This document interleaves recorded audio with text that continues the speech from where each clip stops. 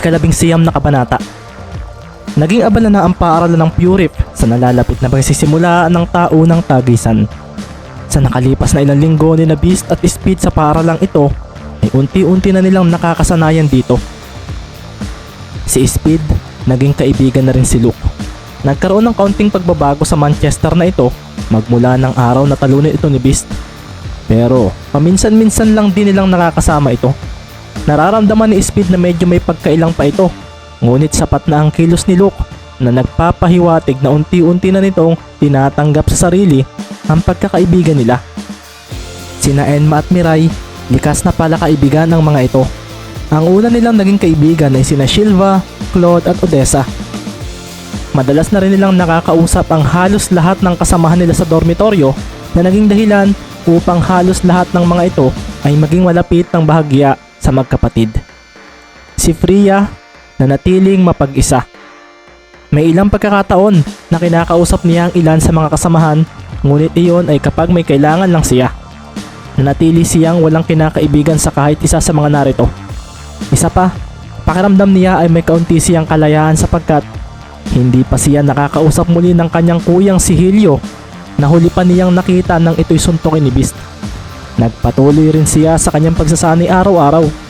Tumatak sa isip niya ang pagsali sa tagisan.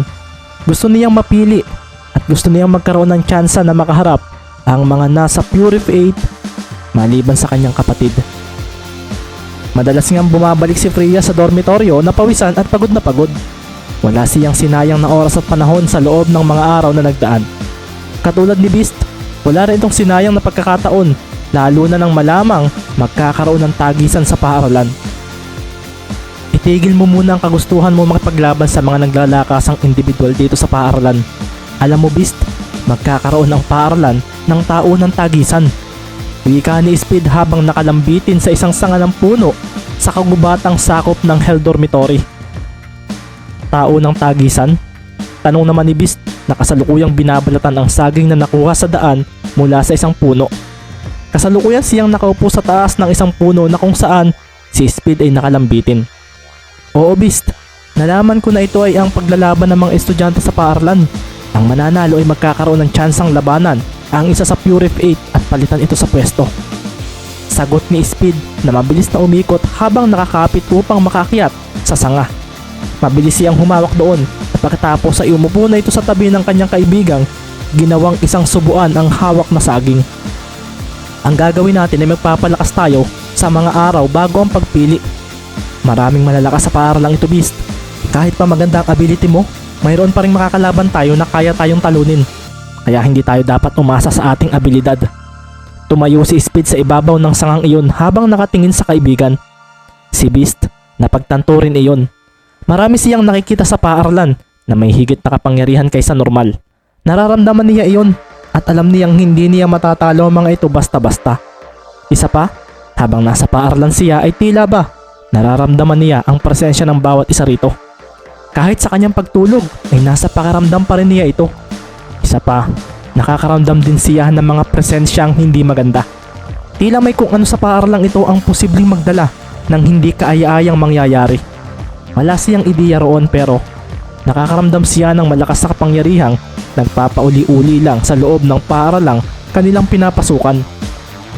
Hindi niya ito sinasabi kay Speed dahil baka raw mali lang ang kanyang pakiramdam. Isa pa, kilala niya si Speed. Alam niyang hindi niya mapipigilan ng kaibigan tuklasin ito sa oras na ito'y kanyang malaman. Dahil na rin sa kung ano man ang kanyang sasabihin, ay alam niyang paniniwalaan ito ng kanyang matalik na kaibigang si Speed. Tama ka, patuloy ako mag-iensayo. Magpapalakas ako para sa araw ng pagpili. Seryosong sinabi ni Beast habang nakatingin sa malayo. Ako ang magiging pinakamalakas sa paaralang ito. Dagdag pa nito at si Speed ay napangiti nang marinig iyon. Beast, gusto kong magawa mo iyan. Pero sa ilang araw natin sa Purif School, naging malakas na rin ako. Wika ni Speed na tumalon pababa sa lupa. Umikot pa ito sa ere at perpektong lumapag na nakatayo. Marami ako natutunan kay Sir Shin sa paggamit ng aura. Palagay ko Beast, kaya kitang pabagsakin. Sambit ni Speed sa ibaba habang matikas na nakatayo. Hindi niya akalaing marami siyang matututunan sa ilang araw pa lang niya sa paaralang ito. Isa pa, si Beast ang pinakamagandang kalaban para masubukan at makita niya ang kanyang improvement. Ako ang magiging pinakamalakas na estudyante rito sa Purif. Ako rin ang magiging pinakamalakas na bayani rito. Nakangiting ibinulalas ni Speed. Wala siyang pag-aalinlangan sa pagsasabi noon kay Beast. Kailangan niyang kompetisyahin ang kaibigan dahil tulad nito, gusto rin niyang maging mas malakas. Lalo pat nalaman niyang kaya niya talagang maging malakas kahit na ang kanyang aura ay ang pinakamahina sa lahat. Pinagmasdan naman ni Beast ang kanyang kaibigan. Nakikita niyang sincero ito sa sinabing iyon. Kung dati ay palagi lang siya nitong sinasamahan, ng mga oras na iyon, isang pagbabago ang napansin niya. Nagkaroon ito ng bagong layunin. Gusto rin itong maging malakas. Gusto rin itong matalo at malampasan ang mga estudyante rito. Si Beast biglang tumalon patungo kay Speed at pinagmasdan sa mata ang kaibigan. Habang nasa ere, ay ikinuyom niya ang kanyang kanang kamao. Nang papalapit na siya rito, ay pinigyan niya ng isang malakas na suntok si Speed. Kumawala ang hindi kalakasang hangin mula sa suntok ni Beast. Si Speed, nasa tabi na niya. Ginamit ni Speed ang ability nito, kaya nagawa siya nitong iwasan. Beast, hindi na ako ang dating Speed. Wika nito at nang marinig ni Beast iyon ay isang mabilis na pag-ikot ang ginawa ng binata. Mabilis na gumalaw ang mga paa ni Beast at mabilis na sinundan iyon ng malakas niyang suntok. Si Speed, bigla naman nagliwanag ang aura. Ngunit mahina lang iyon. Alam na ni Speed ang abilidad ng kanyang kaibigan at kung maraming aura ang kanyang palalabasin ay baka higupin lang nito iyon. Mabilis na iniwasan ni Speed ang muling pagsuntok ni Beast. Dahil sa kanyang aura, mas naging mabilis ang pagkakita niya sa gagawing atake ni Beast. Mabilis din siyang umatras nang makitang muli siyang susuntukin ito. Pagkatras niya, ay dito na siya pumorma sa anyo ng pakikipaglaban. Itinas niya ang kanyang dalawang kamao na tila ba isang boksingero. Napansin iyon ni Beast na mas naging agresibo at mabilis na tumalon palapit kay Speed. Isang suntok gamit ang kaliwang kamao ang ginawa nito na naiwasan na namang muli ng kanyang kalaban. Sinundan agad niya ito ng isa pang suntok gamit ang kanyang kanang kamao. Mula naman ang suntok na iyon sa kaliwang bahagi ni Speed. Nakita agad iyon ni Speed. Imbis na umatras siya, ay isang mabilis sa paghakbang palapit sa bukas na katawan ni Beast ang ginawa niya. Napangiti si Speed ng sandaling iyon. Ito ang unang beses na nagagawa na niyang maiwasan ang mga suntok ng kanyang kaibigan. Ibig sabihin lang nito ay may nagbago na sa kanyang abilidad. Hindi na ako ang dating Speed, Beast. Nabalot ng aura ang kanang kamao ni Speed. Binunggo ng ulo niya ang katawan ni Beast dahilan upang mapaatras ito ng bahagya at tila nawawala na ng balanse.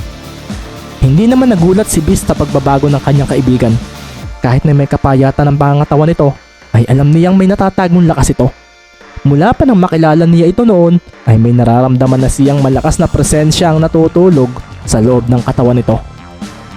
Sa dami na ng ginawa niyang pakikipaglaban sa iba nang nasa labas pa sila ng paaralan, at kahit na nagkaroon siya ng malalakas na nakalaban sa loob ng Fury tulad ni Basil at Luke, para kay Beast, si Speed pa rin ang pinakamalakas sa lahat. Nakikita niya sa mga mata ng kanyang kaibigan ang pagpupursige at ang paniniwalang magagawa nito ang imposible. Alam niyang magiging hero ito ng Purif, ngunit hindi niya hahayaang ito ang maging pinakamalakas dito. Sinubukan ni Beast na higupin ang aura ng kaibigan subalit hindi niya iyon nagawa. Hanggang sa mga oras na iyon ay wala siyang ideya kung paano gagana iyon. Dahil hindi iyon tumalab, wala na siyang ibang naisip na paraan. Ang kamao ni Speed ay papalapit na sa kanyang sikmura at mukhang huli na upang ito'y kanyang maiwasan. Saglit na pinagmasdan ni Beast ang mga mata ni Speed. Kasabay noon ay ang pagsalo ng kanyang sikmura sa kamao nitong nababalot ng violet aura. Si Speed, buong lakas na binitawan ng kamao niyang napapalibutan ng pinagliwanag niyang aura. Nakakadagdagang aura sa lakas ng isang atake at ito ang isa sa mga itinuro ni Sir Shin. Malinaw rin niyang naaalala ang bawat itinuro nito sa ilang araw na klase sa kanila at ito ay isinaisip ng mabuti ni Speed. Kumawala ang impact ng suntok ni Speed mula sa likod ni Beast. Ang hangin mula sa kinatatayuan ng dalawa ay biglang umihi palayo. Ang paligid ay tila may naramdamang pagkawala ng enerhiya. Si Speed biglang nag-abot tainga ang ngiti dahil nagawa na niyang bigyan ng isang solidong suntok ang kanyang kaibigan. Ang dahilan kung bakit niya nagustuhang maging malakas ay dahil nakita niya na kaya niya at hindi lang upang kakompetensyahin ang kanyang matalik na kaibigan. Gusto kong kapag dumating ang araw na ikaw ang kailangang iligtas, gusto kong ako ang unang hero na gagawa noon para sa iyo. Sabi ni Speed sa sarili at matapos iyon ay napaatras ng ilang metro si Beast. Napasigaw pa si Speed matapos iyon. Kasunod noon ay ang kanyang paghingal. Nakaramdam siya ng panginginig sa kanyang kanang kamao matapos iyon. Huminga siya ng malalim at pinagmasdan si Beast na nanatiling nakatayo sa pagtalsik nito. Hindi na masama. Sambit ni Beast na biglang ngumisi. Seryoso nitong pinagmasdan si Speed at sa pagtatagpo ng mata ng magkaibigan, laking gulat ni Speed nang makita ang sunod na nangyari. Beast! Sambit ni Speed na bigla na lang nakaramdam ng labis na sakit nang may tumamang malakas na suntok sa kanyang sikmura. Nagdilim ang paningin ni Speed dahil sa lakas noon. Ngunit hindi niya naiwasang mapangiti habang inaalala ang huling imaheng nakita niya sa kanyang kaibigan. Hindi siya maaaring magkamali. Ngumiti ito sa kanya at nakita niya ang kulay ng aura na mayroon ito. Bumagsak si Speed at nawala ng malay dahil sa suntok na iyon ni Beast. Napatingin na lang si Beast sa kanyang kamao matapos iyon. Hindi niya malaman kung paano siya nakarating ng ganoon kabilis sa harapan ng kanyang kaibigan. Hindi rin niya malaman kung saan nagmula ang lakas na naramdaman niya. Parang may ilang segundo na nakaramdam siya ng labis na enerhiyang pumapaikot sa kanyang katawan na mabilis din namang nawala. Ngunit napatingin siya bigla kay Speed na nakabulagta sa lupa. Umupo na lang si Beast sa tabi ng kanyang kaibigan na inihiga niya ng maayos matapos iyon. Napatingin din siya sa mukha nito ng sandali. Makikita rito na kahit nawala ng mali ang binata ay tila masaya pa rin ito. Tinapik-tapik din ni Beast ang pisngi ng kaibigan at doon ay narinig niya ang paghilik nito. Nakatulog na rin pala si Speed. Pagkatapos noon ay humiga na rin lang sa lupa si Beast habang pinagmamasdan ang asul na kalangitan ng araw na iyon. Ipinikit ni Beast ang kanyang mga mata. Gusto niyang samahan ng kaibigan sa pagtulog. Sandali rin niyang naalala ang ginawa nito pagsuntok sa kanyang sikmura kanina. Nararamdaman niyang may dulot na kirot iyon pero hinayaan na lang niya iyon. Ginawa na lang niyang unan ang kanyang dalawang kamay at pagkatapos ay natulog na rin ito na hindi alintana ang dumi ng kanilang hinigaang lupa. Sa paglipas din ng mga araw at paglapit sa mismong araw ng pagpili, sina Beast at Speed ay palagi na rin kasama ang mga members ng pinagtatawa ng Demons Organization. Araw-araw ay may mga naririnig silang kwento tungkol sa mga demons. Bago nga maganap ang hindi inaasahang pangyayari sa Purif School, ang kwentong tungkol sa Demon Lord ang kasalukuyan na nilang topic sa kanilang hideout. Ang Demon Lord, ang pinakamalakas sa lahat, ang dapat katakutan ng sangkatauhan. Siya ang sinasabing may kakayahang sirain ang buong mundo sa pamamagitan ng isipan. Kwento ni Thorn sa dalawa na seryosong nakikinig sa kanya. Mas malakas pa ba siya sa number 1 hero? Biglang tanong ni Speed. Tumingin naman dito si Thorn. Dito ay ngumiti ito na tila may ibig sabihin. Mas malakas pa. Sinasabing isang nilalang lang ang may kakayahang patayin ng Demon Lord. Sino? Isa ring hero? Muling tanong ni Speed. Ang apo nito.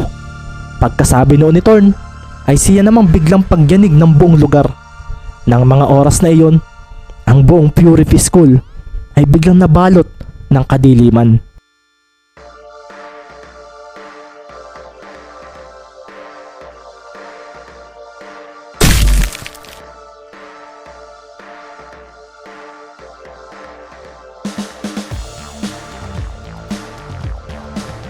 Ikadalawampung kabanata. Ang araw bago magsimula ang pagpili sa 16 na lalahok sa tao ng tagisan ng Purif School ay biglang nabalot ng kadiliman sa hindi malamang dahilan. Tila ba ang mga ulap sa kalangitan ay may buhay na bigla na lang bumalot sa buong lugar na ito. Ang ilan sa mga estudyante noon ay kasalukuyang kakatapos lang ng kani-kanilang mga klase. Ang iba nga ay nakabalik na sa kanilang mga dormitoryo at may ilan ding nasa normal area pa. Ano kaya ang nangyayari? Uulan ba? Tanong ng isang third year student sa kasamahan nito. Pareho silang nakatingala sa maitim na mga ulap na tila ba masyadong mababa kumpara sa normal nitong taas. Parang hindi ito ang tipikal na taas ng mga ulap tuwing babagsak ang malakas na ulan. Ang hangin sa buong paaralan ay unti-unti ring lumalakas na nagmumula sa iba't ibang lugar. Ang mga guro naman sa normal area ng mga panahong iyon ay umalis na para pumunta sa faculty building na matatagpuan pa sa dulong hilaga ng buong kalupaang sakop ng paaralan. Ang paligid ay naging tila gabi habang ang lahat ng estudyante ay agad na nagsilabasan dahil sa pangyayaring iyon sa kalangitan. Karamihan sa kanila ay may hindi magandang kutob ng mga oras na iyon. Ang mga maiitim na ulap nga'y biglang kinayapan ng mga pulo-pulutong na liwanag. Ilang segundo ang lumipas at ang mga liwanag na iyon ay isa-isang nagsibagsakan patungo sa kalupaan. Inulan ng napakaraming malalakas na kidlat ang buong Purif School na nagpayanig at nagpaliwanag sa buong lugar ng ilang segundo. Ang mga kagubatan namang tinamaan noon ay agad na pinagmulan ng sunog. Ganoon din ang ilang mga gusali sa normal area ay agad na sumiklab ang sunog dito dahil sa pagtama ng ilang kidlat sa mga ito. Sinabayan din ito ng ilang pagsabog na narinig sa buong paligid. Hindi ito maganda. Sambit ng isa sa mga fourth year na nagliliwanag agad ang orange aura nang magpaulan ng malalakas na kidlat na nagpadagundong sa buong paligid. Ito ay upang protektahan ang kanyang sarili mula roon. May ilang estudyante rin ang mabilis na nagsitalunan mula sa taas ng isang nasusunog na gusali. Nagliliwanag na rin ang mga aura nito. Parang kanina lang ay napakaaliwalas ng panahon. Pero ngayon ay heto na. Napakaliwanag sa normal area dahil sa kabi-kabilang sunog. Ang mga kagubatan sa buong lupain ng Purif School ay may mga forest fires na rin. May Purif 8 pa rito? Nasaan ang mga teachers natin? Sabi ng ilang estudyante na sinusubukang apulahin ng sunog sa gymnasium gamit ang kani-kanilang kapangyarihan. Ang ilan sa mga estudyante ay hindi na naiwasang hanapin ang kanilang mga guro. Ganoon din ang Purif 8, ngunit ang ilan din sa kanila ay hindi iniisip iyon. Sa mga ganitong pagkakataon ay sila ang dapat magdesisyon para sa kanilang kaligtasan. May ilang third years din ang pinapasok ang mga building sa paligid upang matingnan kung may mga nasaktan ba. May ilan naman na pumunta sa kalapit gubat upang subukang patayin ang apoy upang hindi kumalat. Ngunit tila ang ulan ng kidlat na iyon ay hindi pa natatapos. Nakarinig ang lahat ng nakakabingi at makabasag tainga na mga kulog. Nagawa nitong yanigin ang paligid. Kasunod doon, biglang isang mahinang ilaw ang biglang gumuhit pababa mula sa maitim na ulap. Dumiretso iyon papunta sa normal area at sa paglapat niyon sa kalupaan, isang tila bomba atomika sa lakas na pagsabog ang nagpayanig sa buong Purif City. Ang mga estudyante sa normal area ay sinubukang tumakbo palayo mula sa pagsabog, ngunit ang karamihan sa mga ito ay huli na. Ginamit na nila ang kanilang aura upang pangdepensa, ngunit napakalakas ng pagsabog na iyon. Ang lahat ng nasa normal area ay tumalsik palayo. Ang pinsalang dulot ng napakalakas na pagsabog na iyon ay unti-unti nilang napansin nang ang makapal na usok sa buong lugar ay unti-unting mapayid nang naglalakas ang hangin makalipas ang ilang minuto. Ang mga debris mula sa pinagsabugan ay isa-isa na ring nagbagsakan. Marami sa mga estudyante sa normal area ang dugo ang bumangon. Lahat ng mga ito ay natulala at nagulat nang makita ang sinapit ng buong lugar na iyon. Burado na ang buong normal area at ang labas na bahagi ng paaralan ay nadamay rin. Mula sa residential area sa labas, isa-isang nagsibagsakan ng mga nagkalasog-lasog na katawan ng mga inosenteng nadamay sa pagsabog na iyon. Ganoon din ang mga kabahayan ditong pinatalsik at sinira ng impact noon. Walang kaalam-alam ang mga nasawi na mangyayari iyon kaya hindi na nila nagawang gamitin ang kanilang mga aura upang protektahan ang kanilang mga sarili. Ang buong normal area ay naging isang malaking uka sa lupa na lamang. Wala na ang kahit anong gusali at bahay na makikita roon. Lahat ay wala na sa isang kisap ng kanilang mata. Umihi pa ng malakas ang hangin sa buong lugar at ang mga estudyante ng Purif School Tila hindi na nagugustuhan ang mga nangyayari. Muli na namang yumanig ang lupa at doon ay nakarinig sila ng naglalakasang alulong at sigaw ng mga tila halimaw kung papakinggan. Nagmumula iyon sa makapal na ulap at napatingin lahat sila roon. Mula sa mga ulap, biglang may isang malaking itim at malaking paa na may matatalas na kuko ang kanilang nakitang nakalabas mula roon. Tila kaya noong tapakan ng kalahating sukat ng normal area. Nananatiling nakalabas iyon at kasunod noon ay may kung anong biglang nagsibagsakan sa lupa mula sa itaas. Kitang kita nila ang pagkahulog ng mga kung ano sa iba't ibang parte ng Purif School. Iyon na naging dahilan upang ang lahat ay maalerto sapagkat hindi na basta-basta ang nangyayari ng mga sandaling iyon. Karamihan din sa kanila ay blanko sa mga nagaganap. Mas may mga nakaramdam nga ng kaba nang biglang nagsitayuan ang mga naglalakihang mga kakaibang nilalang na nagbagsakan mula sa itaas. Kung titingnan ay hindi ito mga tipikal na hayop na makikita sa Purif. Naglalakihan ang mga ito. Higit pa ito sa normal na taas ng isang individual. Ang pinakamaliit ay halos kasing taas na ng isang puno, habang ang pinakamalaki ay halos kasing laki na ng isang gusali. Karamihan sa mga naglitawan at nagtayo ang mga nilalang na iyon ay nababalutan ng itim at nagkakapalang mga baluti. May suot din ng bawat isa na proteksyon sa ulo at tanging ang mga namumula at nagliliwanag na mata lamang ng mga ito ang kanilang nakikita. May mga nakalagay rin na kanya-kanyang sandata ang mga ito sa kanilang tagiliran at likod. May mga may dalang espada, may mga palakol din, at may mga naglalakihang metal na pamalong, may mga tinik rin ang ilan. Ang mga pinakamalalaki, may mga nakasukbit sa balikat na malaking bakal na bolang may mga tinik.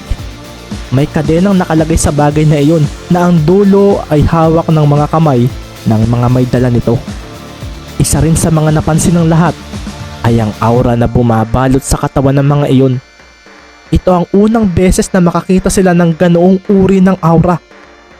Kagaya ito ng mga kwento sa kanila nang sila ay mga bata pa. Ang itim na aura ay tinataglay ng mga demons. Winika ng isa sa mga forgers na kasalukuyang nakatayo sa harapan ng isa sa mga nilalang na iyon. Nakakaramdam siya ng kaba, ngunit nilalabanan niya iyon upang hindi siya panghinaan ng loob. Ang sungay sa ulo nila ang magsasabing sila ay mga demons. Wika naman ang kasama nito at nakita nila ang dalawang matilos na kung anong nakausli mula sa loob ng mga helmet ng mga iyon. Sa paggalaw ng mga nilalang na iyon mula sa iba't ibang parte ng Purif School ay siya namang pagyanig ng buong lugar. Ang mga itim na aura ng mga ito ay kumalat na tila ba sinasakop ang buong paligid. Mula naman sa labas ng paaralan ay may isang mataas na building na kasalukuyan ang nilalapitan ng isang higanting nilalang na iyon. Hinugot na rin noon ang malaki at mahabang pamalong metal nito na may mga tinik. Sa pagtakbo nito palapit doon ay siya ring pagsigaw at paghingi ng tulong ng mga taong nasa loob niyon. Mga trabahador ang nasa loob ng gusaling yun.